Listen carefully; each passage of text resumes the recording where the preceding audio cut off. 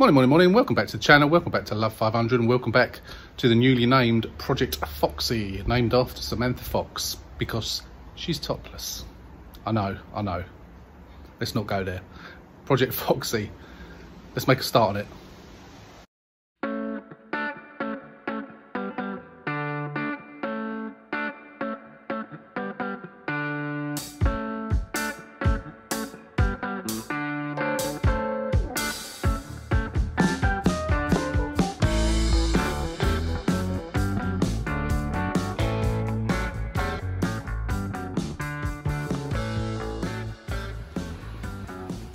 So the first thing I'm going to do today, obviously I haven't touched it since the last video. Today is the first day. It is the afternoon. It is gone lunch time. I've not done anything to it this morning. It's a beautiful day today. Going to make the most of it. So I've been sitting in the garden, but I need to get on and make a start on it. So first thing I'm going to do is go down the shed down the bottom of the garden and have a look, see how many wheels I've got, lounge wheels, lounge alloys, see what I've got. See what sort of condition they're in. So I'll take you down there. Let's see what we got.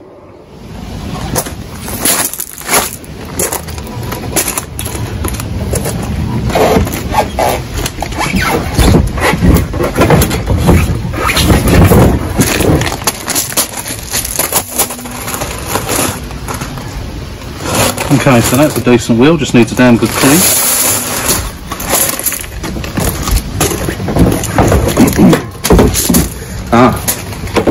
I need one of those. I was going to buy one of these, but it's included on this car, on this bumper, so we'll look that one. That's handy. Save me a few quid.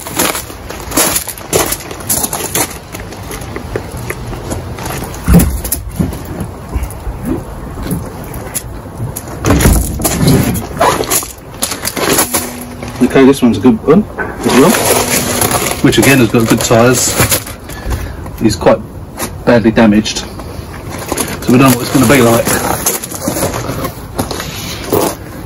So it needs repairing, but at least they can go on the car for the time being. They can be repaired at a later date, you see what's in the shed. Oh. Can't even get to them at the moment.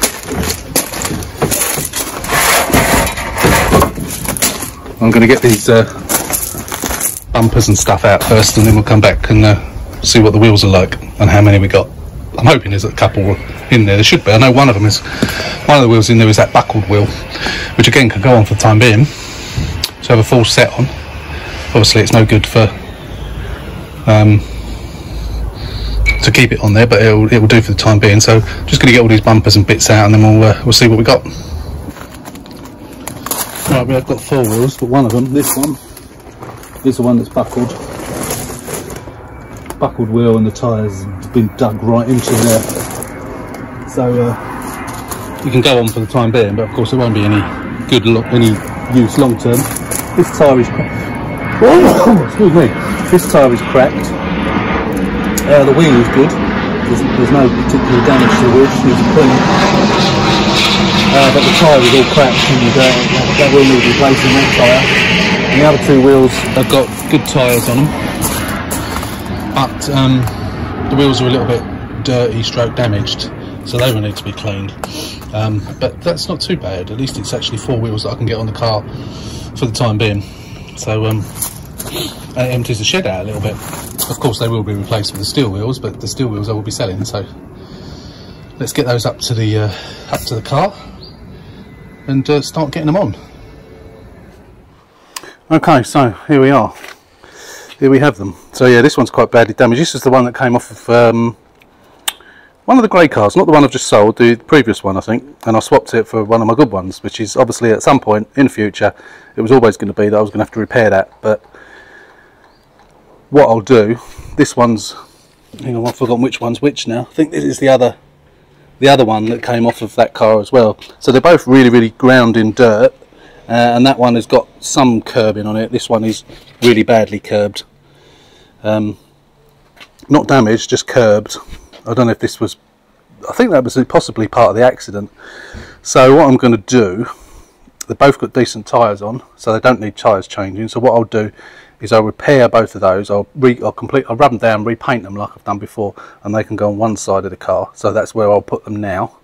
And then the other two, one of those is the wheel that is damaged, buckled. Which one's that? That's that one. So I'll stick that one on the back for now, and then I'll stick that one on the front, and then I know that's the one I've got to replace. So I'll have a look on eBay later and see if I can get just one wheel. It's a shame that it's buckled. I mean, it could probably be straightened, but is it worth it? What would it cost to straighten the wheel? I'm thinking probably 50 quid, whereas less than that I can probably buy a decent one. So it's just pointless. It might as well go for scrap. The tyre's knackered, although it's a good tread tyre. It was scraping on something when the car was crashed, whichever car that came off of. I can't remember. I've had that one some time now, that wheel. I think it might have been off Cooey, I'm not sure. But whichever car that was off of, that damaged the tyre. And it's almost a brand new tyre. But I say, for the time being, just to get some wheels on the car, it's fine. So the first one I'm going to change is that back one. So I'm going to whack that on, and then we'll come back and we'll have a look, and that might give us more of an indication as to whether that is any buckling going on there at all. And while it's up on the jack, I'll stick an axle stand under it, and I'll also clamber underneath and have a look at the underneath, see what that's like as well. Kill two birds with one stone and all that. Right, let's do that. So I think I might have discovered why that wheel was on. Let's get a torch in there. I'm not really sure whether that's bending inwards at the back. I think it might be. Look at that there. That's worn. That wheel, a wheel, has fouled that, and also a wheel has fouled that. You see that brake line there? It's gone down to the metal. So that's going to need replacing. That will obviously fail an MOT. I'm going to get the wheel on. So my thinking is, because that's a space saver and it's a lot thinner, that wheel doesn't foul this, whereas a normal thickness wheel, which is almost getting on for twice as thick, if not twice as thick, is probably hitting that, and I reckon that's why they've done it. So whether when that was hit it pushed it into a curb or something, or into, I mean, it's not damaged the paintwork at all, but whatever it's pushed it into was enough to push that inwards and at the back. It's extremely rusty, this. Look at the state of it. Really rusty. So I think it's probably going to be that we're going to replace this. But I'm going to put a wheel on it now just to try it. I'll pump that wheel up. If that has to go back on, I'll pump that up. I don't know why it's flat, whether there's a puncture in it or whether it's just been on there sometime and it's, whatever reason, gone flat. I don't know. Let me get my head in here. Yeah, I mean, that, it's difficult to see, difficult to tell. I suppose I could compare it to the other side, but to me, I don't know whether I need to look at the other side, because that piece there, that piece is angled backwards. I don't know if it's meant to be straight, so I think that entire bit here is bent, in which case this will all have to be changed. So let's see if I can have a look at the other side. Take the torch with me. Obviously the wheel's on the other side, so it's a bit more difficult to see, but I'll clamber underneath. I don't know if I can see. Yeah, I'm not sure. I think that one is as well. But if you can see it there, let me zoom in on it. Try and shine the torch on it a bit. I don't know if you can see it very well. Yeah, see the way that's, if I hold that straight, you see the way that's angled backwards, that the bit that the hub is attached to.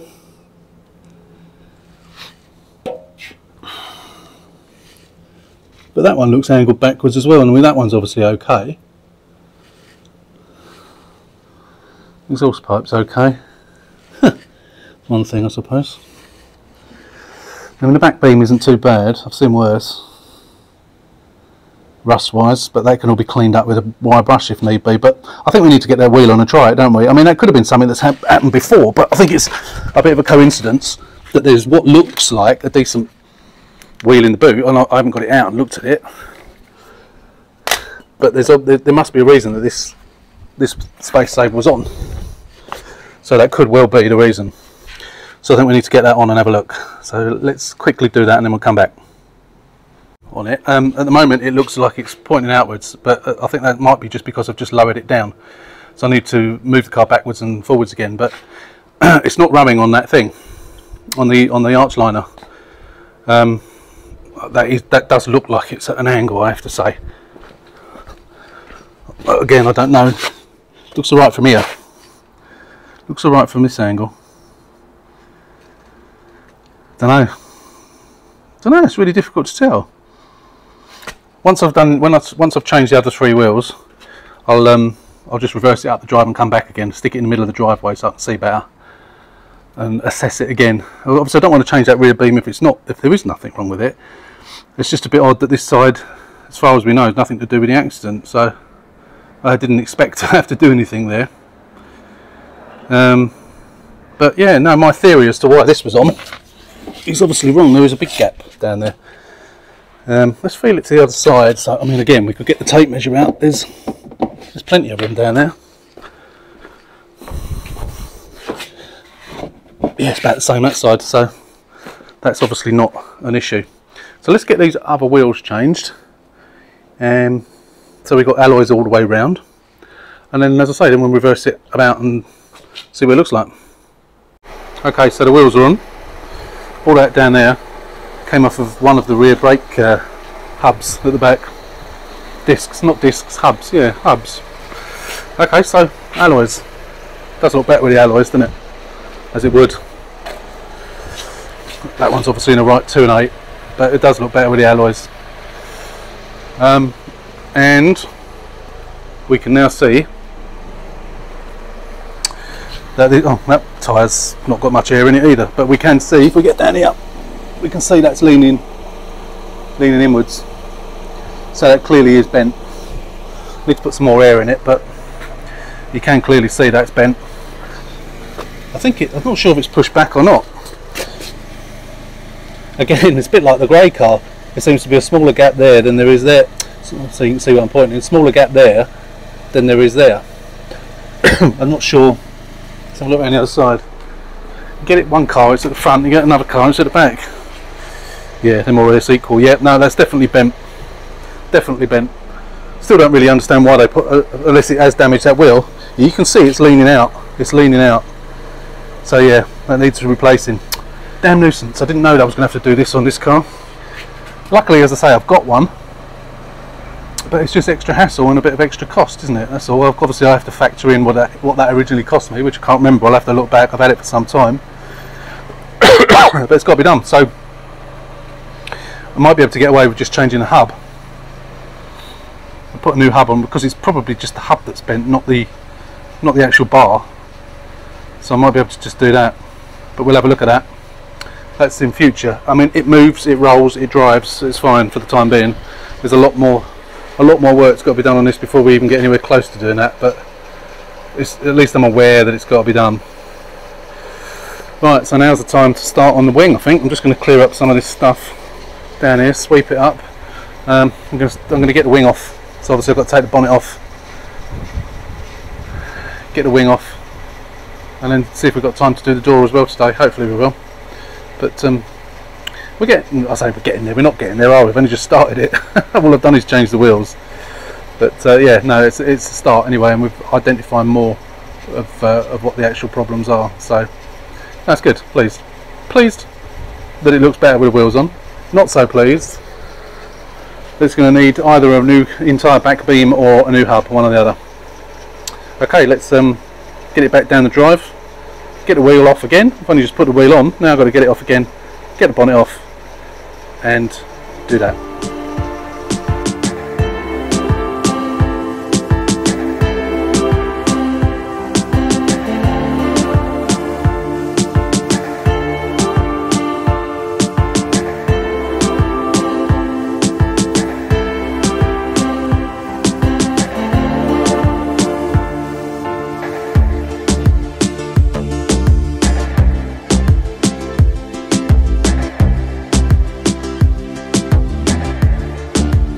Right, that's the wing off.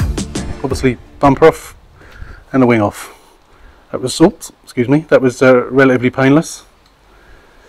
Lucky there was no sealant around that bolt, which makes change, because both of those bolts are a pain in the backside. Getting the sealant off when you can't actually see it, you have to cut it round with a knife and then get a spanner on it. A real pain. I hate doing those, but they were all okay. So as far as the any more damage is concerned, there isn't really I banged, obviously the seal's going to be replaced, but I banged that back in just to get it a bit more into shape. That bit doesn't seem to be deformed at all, which is good. I've taken off the sealant. That was the stupid sealant that Fiat put on. I did look at the bottom arms the other side. I'm going to have a look at this side as well while we're here. Rubbers look fine. Rubbers look fine there. And the rubbers look fine there. Track rod end rubbers look okay. Steering rack gator looks okay. I mean drive shaft, sorry. Steering rack looks alright, yeah, so they all look okay. Track rod ends are a bit on the rusty side, it's only surface rust, same as that. I did go over that a little bit with the drill, but I'll go over that again at another time. I can't do everything at the same time. But no, all looks good actually. The shock absorber's a bit crusty. But doesn't seem to be any leaking or anything, so unless it's creaking and making horrible noises, or of course if it fails the MOT for some reason, then obviously we won't change it unless that happens. So far so good. I was looking at these hinges. It's impossible to tell whether these hinges are damaged. The top one certainly doesn't appear to be. The bottom one, it has bent over towards it, but hopefully it's not bent it, because that's a pain in the backside, as we found out on the Abarth, if they are. The door doesn't stand proud here at all. Obviously as it goes out it's all bent up, so that's why it stands proud before, and I've had many doors like that. I'm going to put the wing on just loosely for the time being, and then I'm going to take the door off.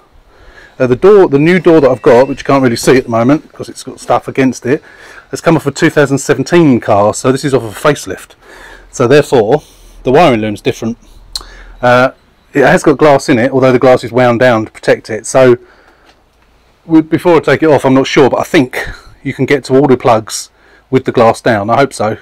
Otherwise that's going to be a pain, because I've got to get the window connected to this door from the loom that's in the car to wind the window up. If you see what I mean. So that could be problematic. Hopefully we can do all that with that window down. Otherwise we'll have to have a little rethink on how we're going to do it. But it could be a point of, if we can get to the glass motor, we just take the glass motor off the door that's in there, sorry, not the motor, the plug off, somehow get it into this one, and then wind the window up. If that's what we have to do, that's what we have to do. So I've got the wing indoors still in the packaging, so I'm going to go and get that, and hope and pray that it's not got bent in the post like a lot of them seem to be happening soon. It seems to be well packaged, but they've been well packaged before. And fingers crossed it's okay, and we can get it on.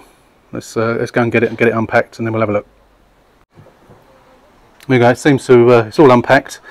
Seems to have survived the journey unscathed.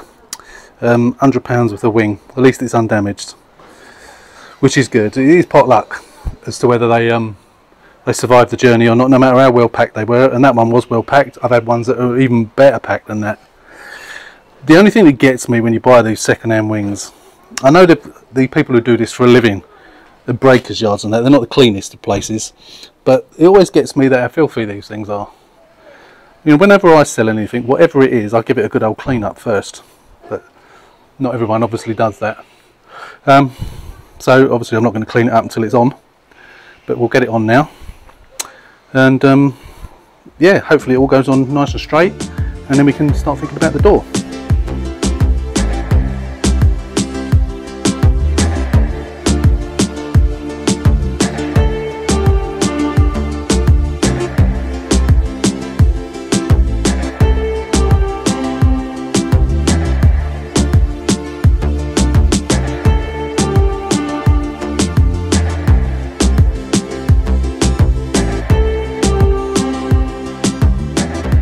What a difference already. Just putting a new wing on. What a difference that makes. It smells of fish, this wing. I thought it was the packaging, but it's not, it's the wing. Why does it smell of fish? It's really bizarre. Obviously normally when I put them on I would line them up down there. I can't obviously do that because the door's knackered. I could have put the door on first, I suppose, but it's easy enough just to undo the bolts and realign it if necessary. But it all fits nicely, front and back, all fits nicely here. That fits on all nicely, so I'm hoping it's in the right position. Bumper fits on in nicely, headlights seem to go in okay, gaps look alright, so fingers crossed, by hook or by crook, it's in the right place. Obviously we won't know until we get the door on, which is the next thing to do. So I don't know how we're doing for time, but time is getting on. But I want to try, it would be nice to try and get this door done today, because if nothing else, assuming the hinges aren't bent, then it will make it weatherproof. I've got the roof open to just air it out a bit more than anything, but obviously this is bent like Billy-O, so I want to get that changed ideally today. So that's the next job. It's up on a axle stand, so it's fine. So the way I intend to do this, obviously I've got to take the door card off, take the mirror off. Once I've got the door card off, I'm going to take this panel off here, which is one screw down there, and then it just pulls off, and then behind there is the plug where it plugs in. So I'm going to unplug it. Actually, do I even need to do that? I don't even think I really need to do that, do I? What I could do is just take the door card off, unthreadle. Yes, that's a better way actually, because then I could wind that window up. So yeah, if I take the door card off, take the foam off, and then disconnect all the electrical connections, and then we'll just have, once the door comes off, so you basically undo that bolt there and that nut there. Sorry, nuts. They're both nuts. Undo them, and then the door, once the electrical connections are off, it just lifts off. Easy as that. And to get it back on, I've struggled on my own doing it, because you need to line the top and the bottom up at the same time when you get it on, and when you're holding the heavy door, it's really difficult to line them up. So I normally get my daughter now to come out and just support the rear of the door, so I can guide it into position. I know other people do it on their own, but I've really struggled with that. So yeah, that's the plan. I think that will be a better idea. That's not normally how I do it, to be honest, but thinking about it, I'm just looking at the sand under there. Thinking about it, I think that is a better way of doing it. I'm thinking out loud now. So yeah, I'm going to get the door card off, get the mirror off, and then start unthreading it all.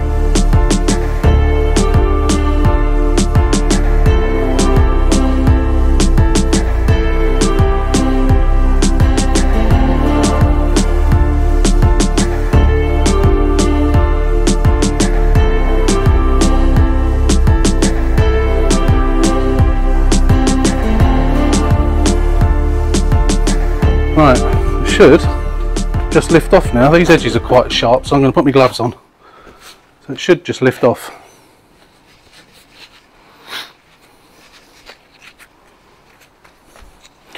So it's pretty much stripped down now. I mean, I've still got to take the glass out, the window winder and all that. That can all be recycled. I take the speaker out, take the lock out, take the handle off. So the only thing that goes to the scrap.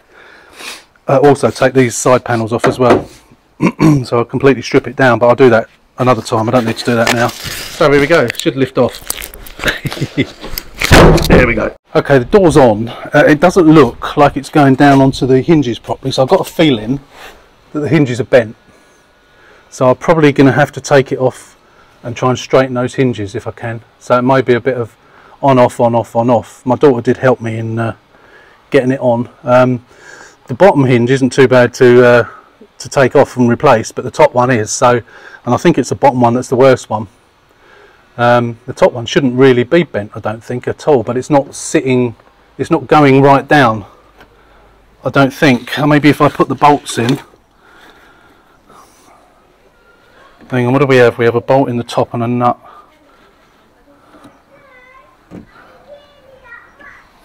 Let's have a look. No, they're both bolts on. Let's try.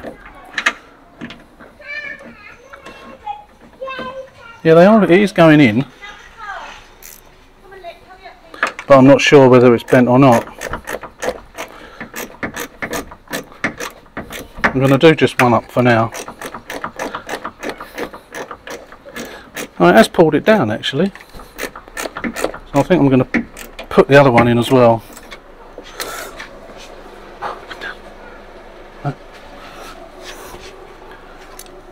It's my neighbour coming home again. So I'm going to try and put the top one in as well.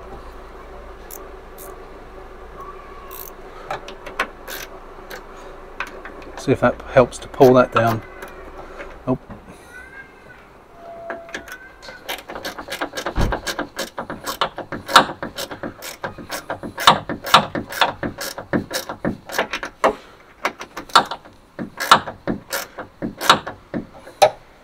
That's it.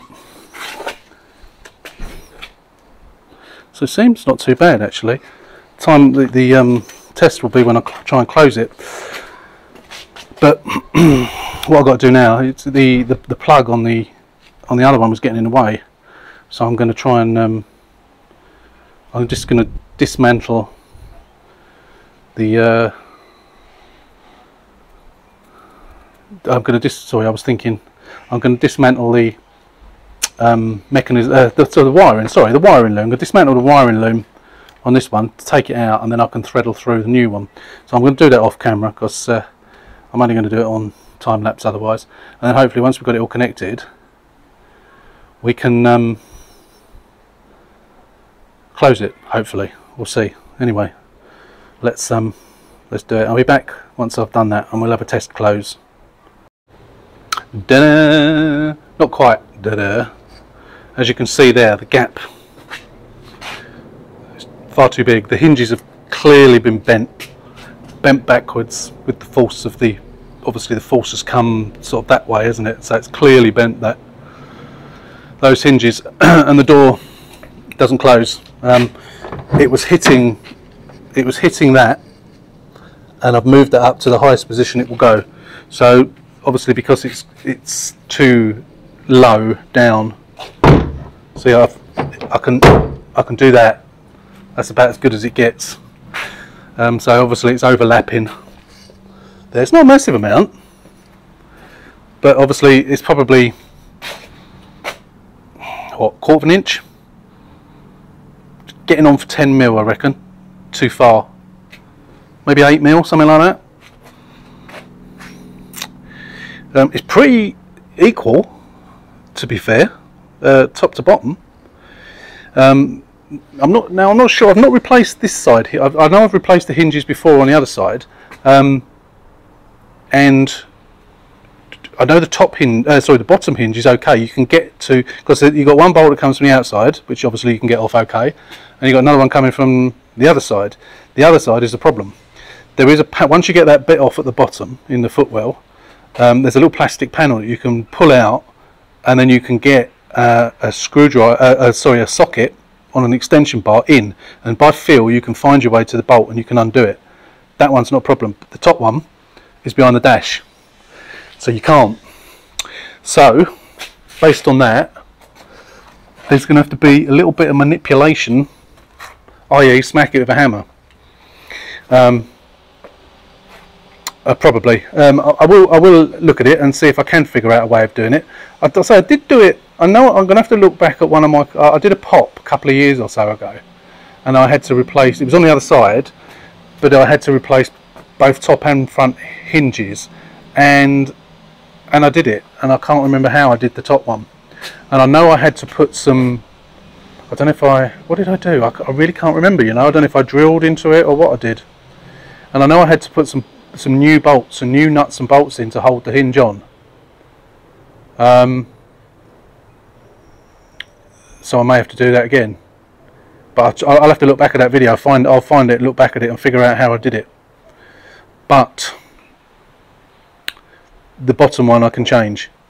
I'm not sure whether I've got any or not. I may well have some, but I will need to look in my parts.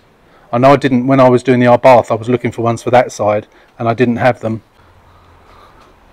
Sorry, got interrupted there. Yeah, so I've got.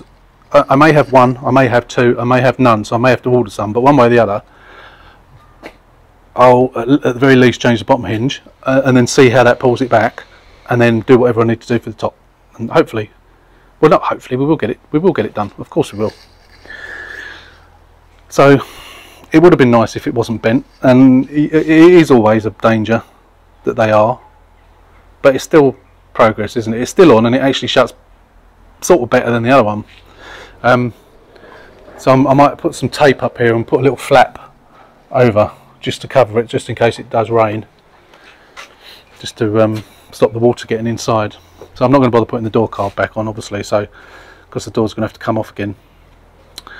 Tomorrow I may be going to North London, or not North London, Essex, Dagenham I think it is, to look at a 500X, and I'm going to message Mark at Resurrect, and I think I don't know how far he is from Dagenham, but if he's not far away I might pop in and see him. That'd be quite good for both our channels, I think. Yeah, so I'll have to message him in a bit and see. But that's today's progress. I'm going to pack up now because it's about 5 o'clock and I'm cooking tonight, and I also want to have a beer, so I need to wash my hands, change my clothes, and have a little sit down for a bit. So it's not a bad day, not a bad day. Lots more to come, obviously. Don't expect to do it all on one day. We come up against these problems, c'est la vie. These things happen. So yeah, that's it for the time being. So it's a shame that that door doesn't close properly and those hinges are bent, but c'est la vie, these things happen. But still a good day's work. It still looks so much better. New wing, new door, even though it don't shut properly. Still good. But that's it for the first day of the repairs. Thanks for watching. Don't forget, if you're a casual viewer, hit that subscribe button, and don't forget to like and share the video as well. So we'll be back on the next update, which will be in a few days time. So thanks for watching, take care, stay safe, and we'll see you soon.